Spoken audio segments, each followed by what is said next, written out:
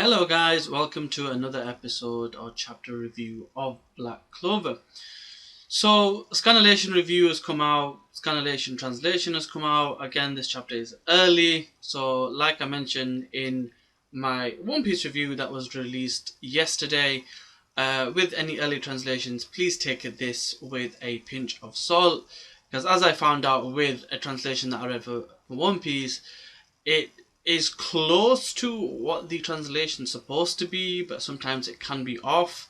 So again, take this with a pinch of salt, and I look forward to when the official release comes out and comparing what I thought and what is actually being translated.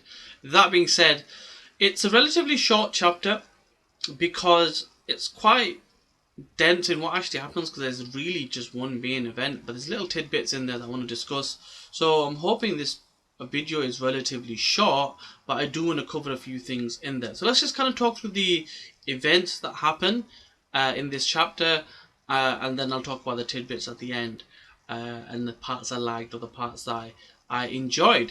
So we get a continuation from last chapter where Yuno gets told that the Golden Dawn is under attack.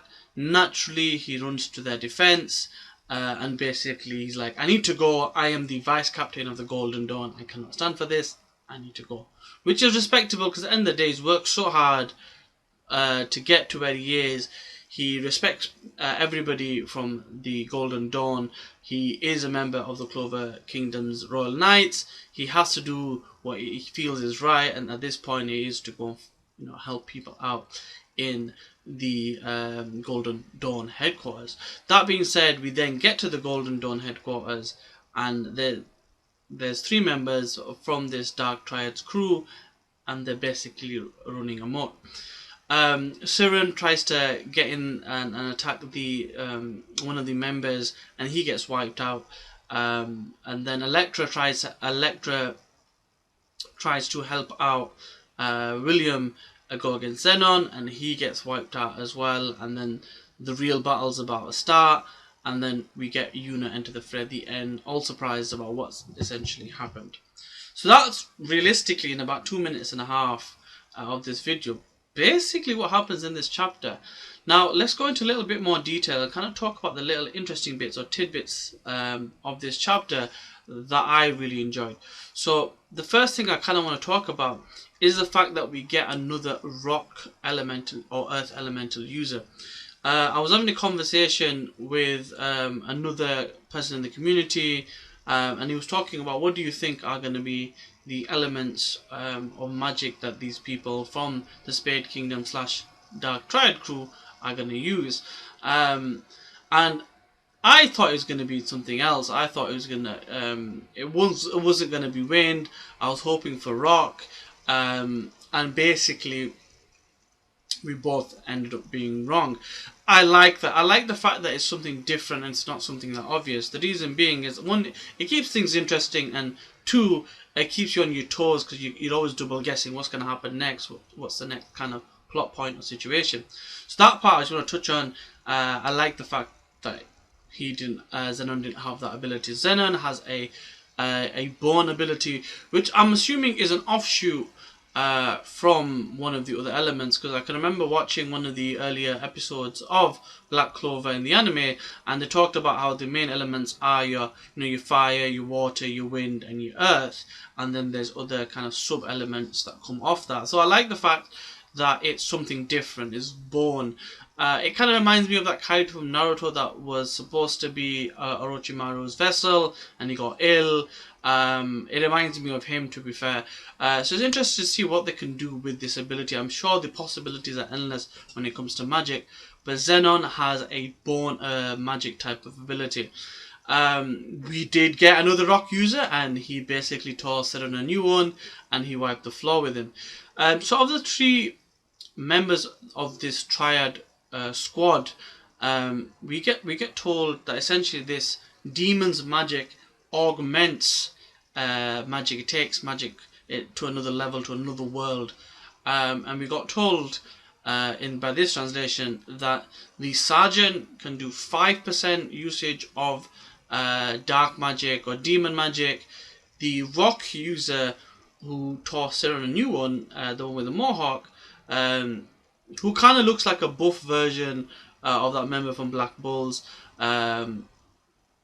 He's got that punk look to him. He can use 40, and Xenon, who's basically possessed by a demon, can use 80. All this is very important because this gives us an ability to measure and kind of have some type of measuring yardstick for this, to see how Asta can do, because we don't necessarily know how much he can control. He isn't necessarily possessed by a demon. He's technically a vessel because of his sword and the demon dollar sword, but we don't know how much of that he's actually pulling out. We can ascertain that it's quite a bit, considering the fact of what he did in the recent chapters and what he's been doing since the time skip, but we haven't got like a figure. We don't know if it's 80%, 90%. So all this is really interesting. Now, what this also will give us a chance to do is see how Yuno can match up against varying percentages of usage.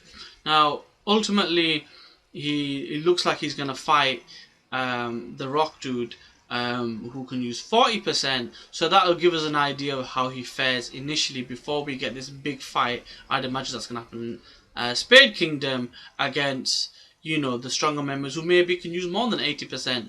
I'm assuming Xenon's older brother can probably use closer to 100, if not, maybe 100. And I'm not sure how much his sister or the female-looking character can also use.